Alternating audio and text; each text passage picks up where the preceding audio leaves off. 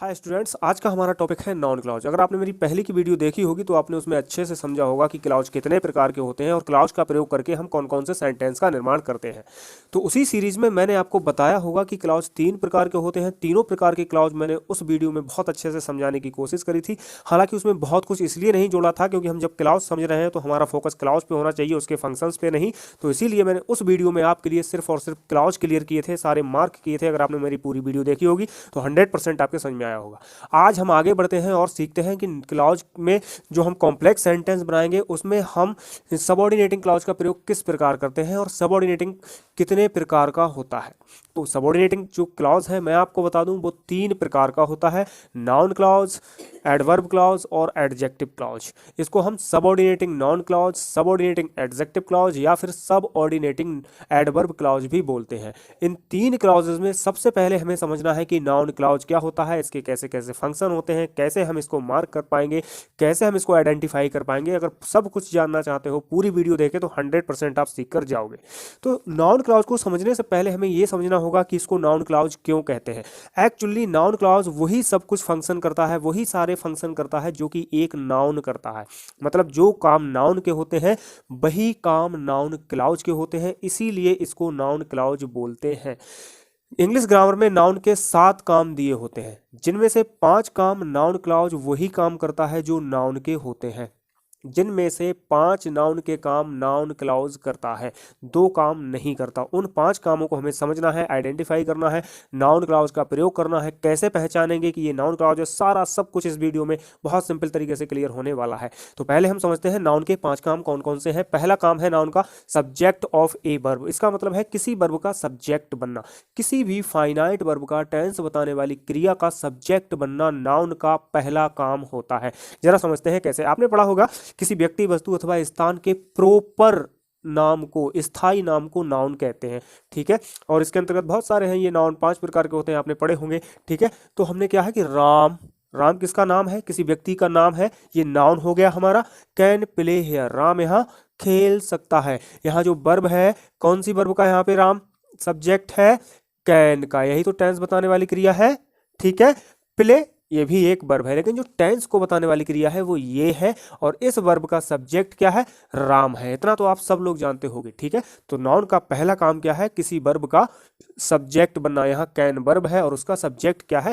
राम। अब कोई noun clause इस पे काम कैसे करेगा, नाउन का काम कैसे करेगा? जबकि नाउन क्लाउज में क्या होता है? एक सबऑर्डिनेटिंग कंजंक्शन लगा होता है। सबऑर्डिनेटिंग कंजंक्शन क्या होते हैं मैं सब कुछ आपको अगली वीडियो में बताऊंगा। इस वीडियो में मैं आपको सिर्फ ये बताने की कोशिश कर रहा हूं कि किसी भी सेंटेंस में आप नाउन क्लाउज को कैसे पहचानोगे, उसके कंजंक्शन क्या है। इस वीडियो में मैंने मेंशन नहीं किए हैं, उसको मैं अलग वीडियो बनाऊंगा जिससे कि एक एक कंजंक्शन को हम अच्छे से समझ सकें और उसको आइडेंटिफाई कर सकें। तो नाउन क्लाउज में क्या क्या होता है? नाउन क्लाउज में एक सब ऑर्डिनेटिंग कंजंक्शन होता है, उसके अलावा एक सब्जेक्ट और एक वर्ब होती है। अब ये नाउन क्लाउज नाउन का काम करता है, तो नाउन का पहला काम क्या है? किसी फाइनाइट वर्ब का सब्जेक्ट होना। मतलब एक सबऑर्डिनेटिंग कंजंक्शन और उसके साथ में सब्जेक्ट और वर्ब, इतने सारे शब्द एक वर्ब का सब्जेक्ट बनेंगे। कैसे बनेंगे? बहुत सिंपल है, आप समझ जाएंगे, बस पूरी वीडियो देखें।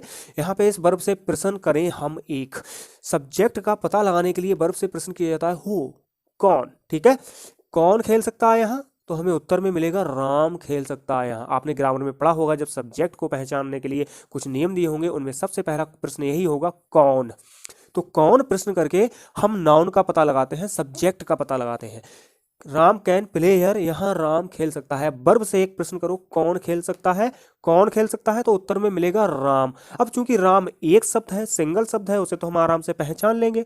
और हमें ये पता भी है नाउन का काम सब्जेक्ट बनना है, तो राम, राम एक नाउन है और कौन खेल रहा है? राम, तो हम बड़े आराम से पहचान लेंगे। लेकिन जब एक नाउन क्लॉज रखी होती है जिसमें एक सबऑर्डिनेटिंग कंजंक्शन लगा होता है, एक सब्जेक्ट होता है और एक वर्ब होती है, तब पहचानने में थोड़ा मुश्किल होती है। लेकिन मुझे उम्मीद है अगर आपने ये चीज समझ ली तो बहुत आराम से पहचान जाओगे। देखते हैं, Who wants to play here? जो कोई यहाँ खेलना चाहता है। ठीक है, कैन प्ले हेयर, यहाँ खेल सकता है। इस वाक्य को जरा अच्छे से समझना है। Who wants to play here? Who means जो कोई भी, wants means चाहता है, play means to play means खेलना, जो कोई खेलना चाहता है। यहाँ पे whoever भी लगा सकते हैं, whoever wants to play, ever लगाते हैं, थोड़ा सेंटेंस में और दम पड़ जाएगी। whoever, EVER, ठीक है। whoever जो कोई भी, wants मीन्स चाहता है, to play मीन्स खेलना, जो कोई भी खेलना चाहता है, कैन प्ले हेयर, यहाँ खेल सकता है। अब जरा इसको समझते हैं, ठीक है। हमारा क्या है, सबऑर्डिनेटिंग कंजंक्शन है। हु क्या है, हु सब्जेक्ट का भी काम करता है और सबऑर्डिनेटिंग कंजंक्शन का भी काम करता है। आपने पढ़ा होगा, टेंस सीखे होंगे तब आपने वहाँ ये पढ़ा होगा कि हु सब्जेक्ट और question word WH family member दोनों का काम करता है। तो हु एवर यहाँ पे सब्जेक्ट भी है और कंजंक्शन भी है, सबऑर्डिनेटिंग कंजंक्शन भी है। वांट्स एक वर्ब है, टू प्ले एक इन्फिनिटिव है, वो अदर पार्ट है, इसका ऑब्जेक्टिव पार्ट है। जो कोई भी खेलना चाहता है, एक चीज कैन प्लेयर, यहाँ खेल सकता है। अब यहाँ पे हम इस क्रिया से ये प्रश्न करें कौन खेल सकता है, तो उत्तर में हमें ये पूरी की पूरी क्लॉज मिल जाएगी, कोई एक शब्द नहीं होगा। हूएवर जो कोई भी, वांट्स टू प्ले खेलना चाहता है, कैन प्ले हियर यहाँ खेल सकता है। यहाँ कौन खेल सकता है इस वाक्य में, जो कोई भी खेलना चाहता है। तो कौन प्रश्न करके हम किसका पता लगाते हैं बच्चों, सब्जेक्ट का। और सब्जेक्ट बनना किसका काम होता है, नाउन का। अब जो नाउन की जगह पे आकर नाउन का काम करे वो सब्जेक्ट बनता भी है। मतलब ये जो नाउन क्लॉज है वो कैन वर्ब का सब्जेक्ट है। जैसे यहाँ पे कैन वर्ब का सब्जेक्ट कौन है, राम। और राम का पता हमने कौन सी वर्ब लगाकर किया, कौन सा प्रश्न लगाकर किया, कौन। कौन खेल सकता है, राम खेल सकता है। सेंटेंस में हमें राम मिल जाता है जो कि नाउन है, एक शब्द है, बड़े आसानी से हमने उसे आइडेंटिफाई कर लिया। लेकिन यहाँ ग्रुप ऑफ वर्ड्स है जिसमें एक सबऑर्डिनेट कंजंक्शन भी है, सब्जेक्ट का भी वही काम कर रहा है और एक फाइनाइट वर्ब भी है। जरा फिर से समझते हैं और अच्छे से समझते हैं। Whoever wants to play here, जो कोई भी यहाँ खेलना चाहता है, कैन प्ले हियर यहाँ खेल सकता है। यहाँ कौन खेल सकता है, जो कोई भी खेलना चाहता है। तो ये जो कैन है, ये जो हमारी वर्ब है कैन, फाइनाइट वर्ब है, इस वर्ब का जो सब्जेक्ट है वो कोई इनमें से एक शब्द नहीं है, ये पूरी की पूरी क्लॉज हमें आंसर में मिली है। और कौन प्रश्न करने पर हमें सब्जेक्ट का पता चलता है, और सब्जेक्ट बनना नाउन का काम होता है। जब यहाँ पर हम कौन प्रश्न कर रहे हैं तो हमें सब्जेक्ट का पता चल रहा है। मतलब इस कैन का जो सब्जेक्ट है, हूएवर वांट्स टू प्ले, ये पूरा है, ये सब्जेक्ट बना रखा है, क्योंकि सब्जेक्ट बनना नाउन का काम होता है, इसीलिए ये पूरी की पूरी नाउन क्लॉज होती है। और नाउन क्लॉज में एक सबऑर्डिनेटिंग कंजंक्शन होता है, सब्जेक्ट होता है और वर्ब होती है। तो यहाँ पर हूएवर से लेके प्ले तक ये जो पूरी क्लॉज है जिसमें सब्जेक्ट का भी काम यही कर रहा है, कंजंक्शन का भी काम यही कर रहा है, प्लस वर्ब भी है, ये सारे शब्द मिलकर नाउन क्लॉज का निर्माण कर रहे हैं जो कि नाउन का ही काम करता है। ठीक है, आप कभी डीएम ऑफिस गए, डीएम ऑफिस में होता क्या है, क्या सारे काम डीएम करता है ना, नहीं करता है ना। लेकिन हमें कुछ पत्र लिखवाना हो, कोई परमिशन लेनी हो, कोई काम करवाना हो, तो हम क्या कहते हैं, हम भैया हमने तो डीएम साहब से ये काम करा लिया। क्या वो उसने ये सारे काम जाके किए होंगे, नहीं किए होंगे। उस डीएम ऑफिस में डीएम एक होता है और उसके नीचे बहुत सारे कर्मचारी उसके काम को करने वाले होते हैं। लेकिन हम यही बोलते हैं कि वो काम किसने किया है, डीएम ने किया है। लेकिन डीएम सिर्फ क्या करता है, साइन करता है। उसे फाइल रेडीमेड मिलती है, डीएम साइन करता है, पढ़ता है और साइन करता है। लेकिन हम क्या बोलते हैं कि ये सारा का सारा काम डीएम ने किया है, जबकि उसके ऑफिस में बैठने वाले बहुत सारे लोग बैठते हैं ऑफिस में, बहुत बड़ा उसका ऑफिस होता है, लेकिन सारे लोग किसका काम करते हैं, डीएम का। और हम लोग क्या कहते हैं, हमने काम किससे करा लिया, डीएम से। तो ये जो सारे शब्द हैं ये सब नाउन का काम कर रहे हैं, लेकिन कहलाते क्या है, नाउन क्लॉज। ठीक है, तो जैसे एक डीएम अकेला ही सब कुछ नहीं करता है, वहां के सारे लोग भी वो काम करते हैं, लेकिन कहलाता क्या है कि डीएम ने किया है। ऐसे ही ये बहुत सारे शब्द यहाँ सब्जेक्ट बनने का काम कर रहे हैं, लेकिन कहलाते क्या है, ये नाउन क्लॉज है, क्योंकि ये काम किसका कर रहे हैं, नाउन का। बोलो काम किसका कर रहे हैं, डीएम का। तो हमारा काम कौन करता है, डीएम। तो सब्जेक्ट बनने का काम कौन करता है, सब्जेक्ट बनने का काम नाउन। तो ये पूरी क्लॉज क्या कहलाएगी, नाउन क्लॉज। समझ में आ रही है। अब दूसरा काम क्या है इसका, ऑब्जेक्ट ऑफ ए वर्ब। मतलब नाउन का दूसरा काम यह है कि किसी भी वर्ब का ऑब्जेक्ट बनना। कैसे बनना, जरा बातों से काम नहीं चलता है, कुछ प्रैक्टिकल समझें तब काम चलता है। राम गेव मी ए पेन, राम ने मुझको एक पेन दिया। अब वर्ब का ऑब्जेक्ट के पता, वर्ब के ऑब्जेक्ट का पता लगाना हो तो हमें क्रिया से व्हाट, क्या प्रश्न करना पड़ता है। कौन सा प्रश्न करना पड़ता है बच्चों, क्या प्रश्न। क्रिया से क्या प्रश्न करके डायरेक्ट ऑब्जेक्ट का पता लगाया जाता है। मैं आपको बता दूं, आप लोगों ने भी ग्रामर सीखी है तभी ये वीडियो देख रहे हैं, इंटरेस्टेड है तभी यहाँ तक आए हैं कि क्रिया के दो ऑब्जेक्ट होते हैं, नंबर 1 डायरेक्ट और नंबर 2 इनडायरेक्ट। तो जो क्रिया का डायरेक्ट ऑब्जेक्ट होता है, जिसपे क्रिया का प्रभाव पड़ता है, जो क्रिया से बिल्कुल जुड़ा हुआ होता है, वो उसका डायरेक्ट ऑब्जेक्ट होता है। जिस पर क्रिया का कोई प्रभाव नहीं पड़ता वो इनडायरेक्ट ऑब्जेक्ट होता है। जैसे यहाँ पे समझते हैं, राम गेव मी ए पेन, राम ने मुझको एक पेन दिया। राम ने मुझको क्या दिया, एक पेन। क्या उत्तर में मी मिल रहा है, नहीं मिल रहा है।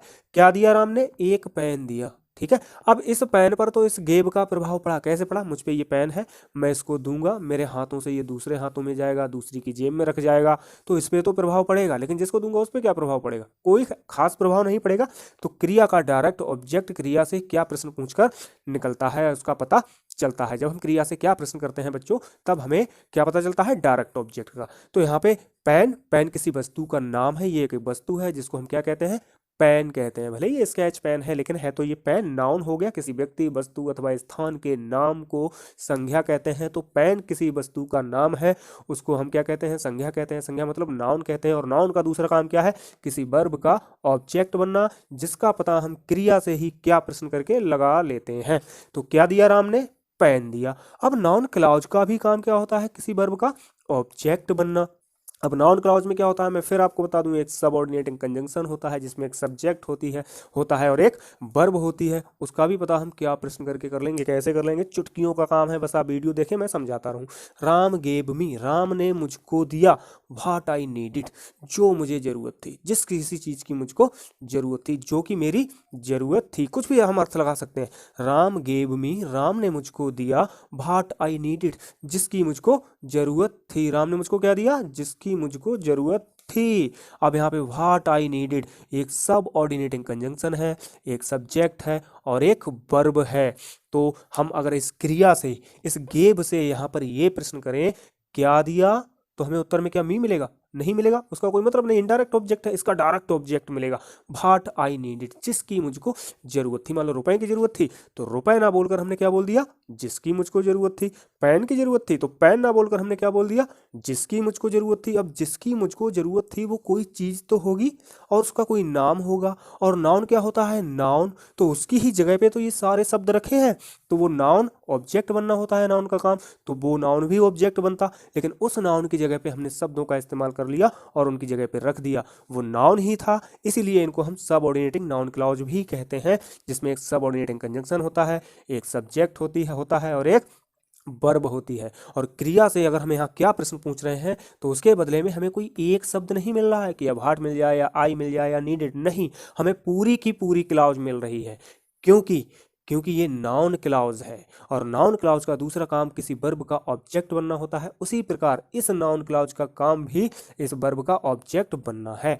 तो क्या दिया? व्हाट आई नीडेड, जिसकी मुझको जरूरत थी या आवश्यकता थी।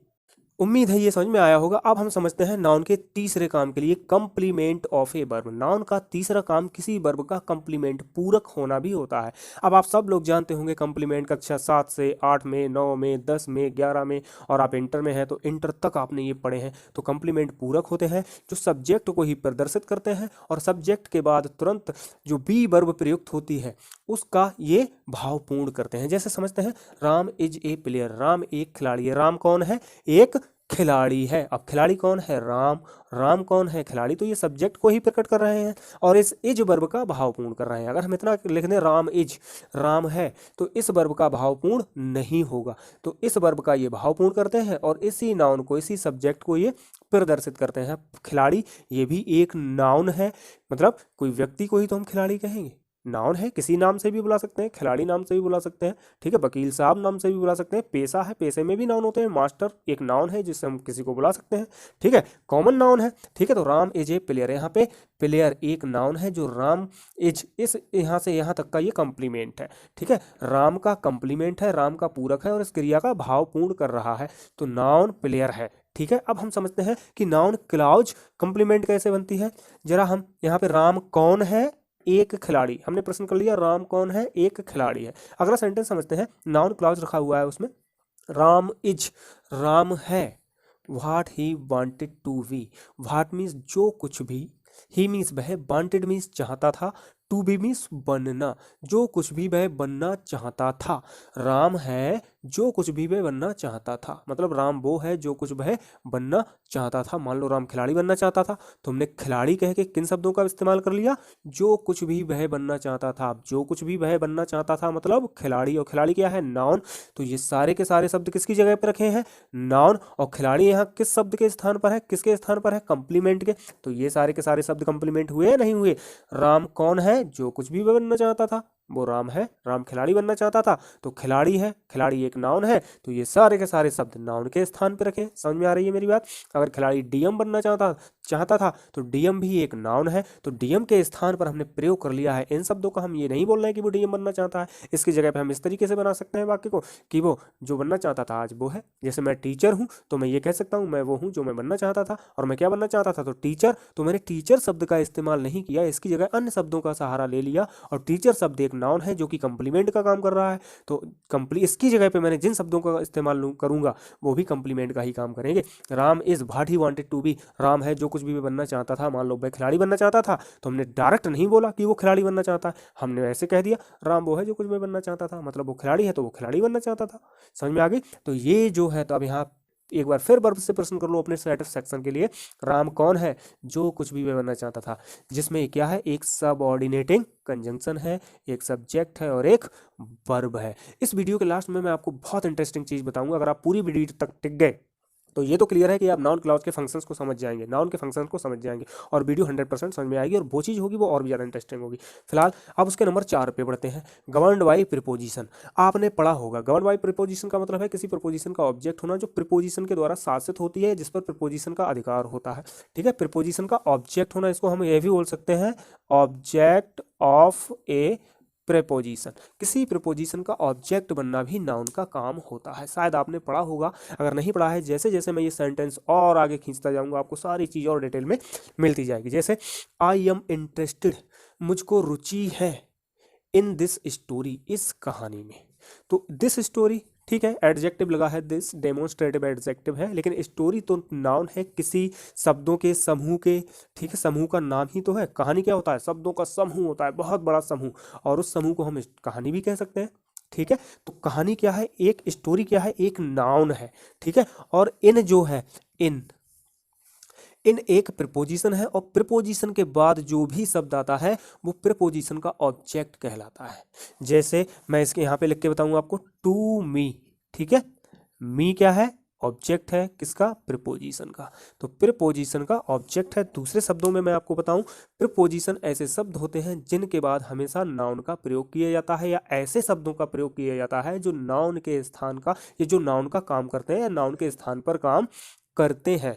प्रीपोजिशन के बाद का जो स्थान है वो सदा सदा के लिए नाउन द्वारा संरक्षित है, नाउन के लिए ही एक खाली पड़ा है, नाउन ही वहां पर आके बैठ सकता है। जैसे मैं कहूँ कि विधायक, विधायक एक पद का नाम है, और उस पद पर, उस कुर्सी पर, विधायक की कुर्सी पर जो भी बैठेगा वो क्या हो जाएगा, विधायक हो जाएगा।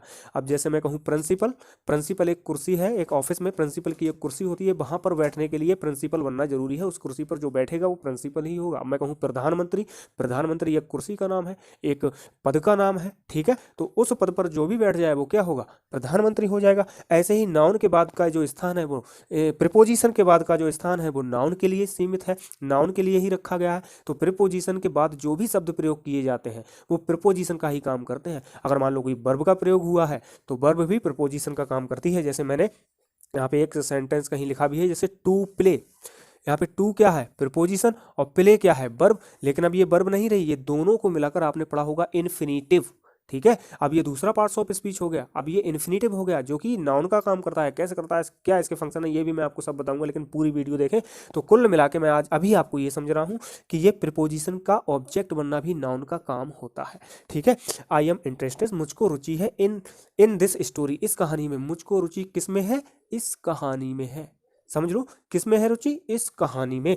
तो प्रीपोजिशन के बाद जो भी रखाए हुए हैं ये शब्द, ये क्या है, इसके ऑब्जेक्ट, इसको हम गवर्नड बाय प्रीपोजिशन भी कहते हैं। अब जरा नीचे का वाक्य देते हैं, आई एम इंटरेस्टेड, मुझको रुचि है, इन व्हाट यू टोल्ड मी, उसमें जो तुमने मुझको बताया था। अब आपने मान लो कोई मुझे बात बताई, कोई राज की बात बताई, मैंने उस बात का नाम ना लेकर कुछ और शब्दों का इस्तेमाल कर दिया। जो कुछ तुमने मुझे बताया मुझे अच्छा लगा, मैं उसमें रुचि रखता हूँ, मुझे उसमें रुचि है। तो इन क्या है, एक प्रीपोजिशन है, और प्रीपोजिशन के बाद ये एक नाउन क्लॉज रखा है। नाउन क्लॉज में एक सबऑर्डिनेटिंग कंजंक्शन होता है, एक सब्जेक्ट होता है और एक वर्ब होती है। तो ये तीनों चीजें हैं, और किसके बाद रखी है, प्रीपोजिशन के बाद रखी है। प्रीपोजिशन के बाद का स्थान नाउन का होता है, और उस स्थान पर जो कुछ भी आता है वो नाउन का ही काम करता है। ठीक है, तो ये प्रीपोजिशन है। किसमें रुचि है मुझको? जो कुछ तुमने मुझे बताया था। अगर मैं इससे ये प्रश्न करूँ क्रिया से कि किसमें रुचि है मुझे, तो क्या इनमें से आप कोई एक शब्द बता पाओगे? नहीं बता पाओगे ना। लेकिन हाँ, मैं इस सेंटेंस में कहूँ कि आई am interested in this story, मैं इस कहानी में रुचि रखता हूँ या मुझे इस कहानी में रुचि है, तो मैं कहूँ किसमें है रुचि, तो आप एक शब्द में बोल दोगे इस कहानी में, मतलब कहानी में। लेकिन यही मैं वो प्रश्न करूँ कि किसमें है रुचि, तो आप क्या बोलोगे? बताया? नहीं। मी, मुझ में? नहीं। व्हाट, क्या में? यू, तुम में? नहीं। आपको पूरा का पूरा क्लाउज बोलना पड़ेगा। जो कुछ तुमने मुझे बताया, हो सकता है वो कहानी बताई हो, आपने कहानी शब्द का प्रयोग ना करके उस कहानी की जगह पे क्या कह दिया? जो कुछ तुमने मुझे सुनाया या बताया। तो ये प्रीपोजिशन के बाद रखे हुए शब्द हैं, जिसमें एक सबऑर्डिनेटिंग कंजंक्शन है, एक सब्जेक्ट है और एक वर्ब है। तो ये भी नाउन क्लाउज है और नाउन के स्थान पर रखा हुआ है। तो ये इसका चौथा काम कर रहा है नाउन का। क्या काम कर रहा है? प्रीपोजिशन का ऑब्जेक्ट बनना। अब पांचवा काम है case in opposition. Case in opposition का मतलब होता है कि किसी नाउन के अगल बगल रखा होना। मैंने आपको सिंपल सेंटेंस जब बताए थे तो उसमें केस इन अपोजिशन बताया था। अगर आपने मेरी वो वीडियो देखी है तो 100% इसको बहुत आसानी से समझ जाओगे। केस इन अपोजिशन को मैंने उसमें बहुत सिंपल तरीके से तोड़ तोड़ के बताया है। एक बार वो वीडियो जरूर देख लेना। आप मेरी प्लेलिस्ट में जाएं सिंथेसिस की, तो वहाँ सारा सब कुछ आपको मिल जाएगा। फिलहाल हम यहाँ समझते हैं। द न्यूज़ खबर ऑफ हिज सक्सेस, उसकी सफलता की, वाज ट्रू, सच थी। ठीक है, मतलब खबर। द न्यूज मीन्स खबर। अब ऑफिस सक्सेस मैं आपको एक बार और बता दूंगा और अच्छे से क्लियर करने के लिए। केस इन अपोजिशन का मतलब होता है, मान लो ये कोई नाउन रखा है, इसके बगल में कोई और एक चीज रखी है। अब ये दोनों मिलकर किसी एक ही व्यक्ति, वस्तु अथवा स्थान की ओर इशारा करें। वो दो ना हो, दिखने में ये जो दो हैं वो अलग ही अलग होंगे दिखने में, लेकिन उनका इशारा एक ही तरफ होगा। अब जैसे इस चीज को समझो, द न्यूज खबर, क्या है? खबर। ऑफ हिज सक्सेस, उसकी सफलता। उसकी सफलता क्या है? एक खबर है। और खबर क्या है? उसकी सफलता। तो उसकी सफलता ही तो खबर बन गई, और खबर क्या है? कि उसकी सफलता। तो ये दोनों चीजें एक ही चीज को तो प्रदर्शित कर रही हैं। समझ में आ रही है? वाज ट्रू, सच थी, उसकी सफलता की खबर सच थी। ठीक है, अब ये क्या है? एक नाउन है। ठीक है, अब ये जो शब्द है ऑफ हिज सक्सेस, ये जो फ्रेज है, ये इन अपोजिशन है। फ्रेज इन अपोजिशन है। ये शब्द और ये शब्द एक ही बात की तरफ इशारा कर रहे हैं। द न्यूज, जैसे मैं आपसे कहूं खबर कि गांधी जी मर गए। अब गांधी जी मर गए, ये क्या बन गई? एक खबर। और खबर क्या है? कि गांधी जी मर गए। तो दोनों मिलाकर एक ही चीज को तो प्रदर्शित कर रहे हैं। तो ऐसे ही यहाँ पर है, जो खबर है वो उसकी सफलता है, और उसकी सफलता क्या बन गई? एक खबर। तो दोनों मिलाकर एक ही चीज को प्रदर्शित कर रहे हैं और बिल्कुल अगल बगल में रखे हुए हैं। यही केस इन अपोजिशन कहलाता है। केस इन अपोजिशन में जो नाउन क्लाउज होगा वो किसी नाउन के ठीक बगल में रखा होगा। वो नाउन क्लाउज और वो नाउन दोनों मिलकर एक ही व्यक्ति, वस्तु अथवा किसी स्थान को या किसी बात को, किसी विचार को प्रकट कर रहे होंगे। जैसे द न्यूज खबर दैट ही वाज सक्सेस, की वो सफल था। अब जो वो सफल था वो क्या है? एक खबर। और खबर क्या है? कि वो सफलता, वाज ट्रू, सच थी।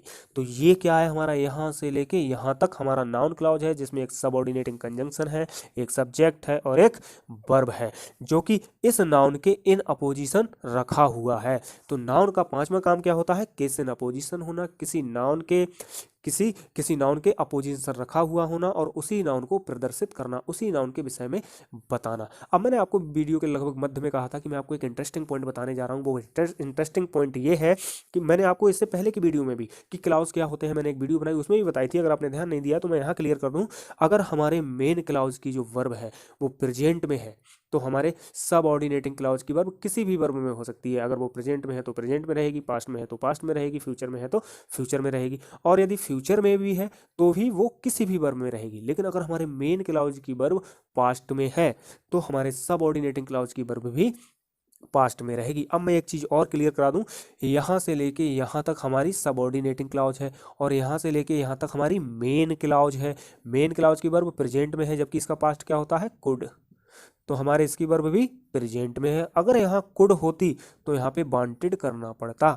यहाँ समझते हैं, राम गेव मी ए पेन, यहाँ से देखते हैं तो राम गेव मी, यहाँ से लेके यहाँ तक हमारी मेन क्लाउज है। मेन क्लाउज और सबऑर्डिनेटिंग क्लाउज तो व्हाट से शुरू हुई है, सबऑर्डिनेटिंग कंजंक्शन से शुरू होती है। तो यहाँ क्या है? ये पास्ट में है, गे पास्ट इंडेफिनिट की वर्ब है, सेकंड फॉर्म है। तो यहाँ पर भी आप देखिए ये नीडेड। तो हमारी अगर मेन क्लाउज की वर्ब पास्ट में है तो हमारी सबऑर्डिनेटिंग नाउन क्लाउज की वर्ब भी पास्ट में रहेगी। यहाँ देखते हैं, Ram is what, Ram is, ठीक है, मेन क्लॉज हमारा यही तो है, Ram is what he wanted to be. अब यहाँ इज है तो यहाँ वांटेड हो गई, कोई दिक्कत नहीं है। अगर यहाँ बाज होती तो यहाँ बांट्स नहीं हो सकती थी। यहाँ इज है तो ये प्रेजेंट में भी हो सकती है, पास्ट में भी हो सकती है, फ्यूचर में भी हो सकती है। अगर यहाँ फ्यूचर होती तब भी ये प्रेजेंट, पास्ट या फ्यूचर में हो सकती थी, लेकिन यहाँ ये बाज होती तो यहाँ वांटेड ही होती, प्रेजेंट और फ्यूचर नहीं होती।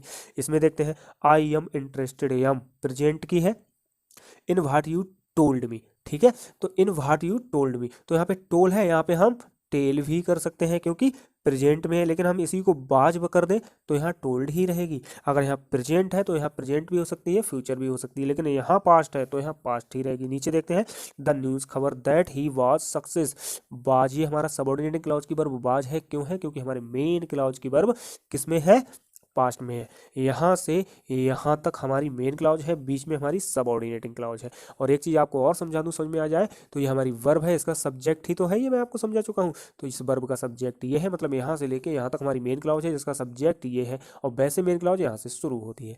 यहाँ पर क्या है, यहाँ से लेके यहाँ तक हमारी मेन क्लॉज है जिसका ऑब्जेक्ट ये है, यहाँ से लेके यहाँ तक है।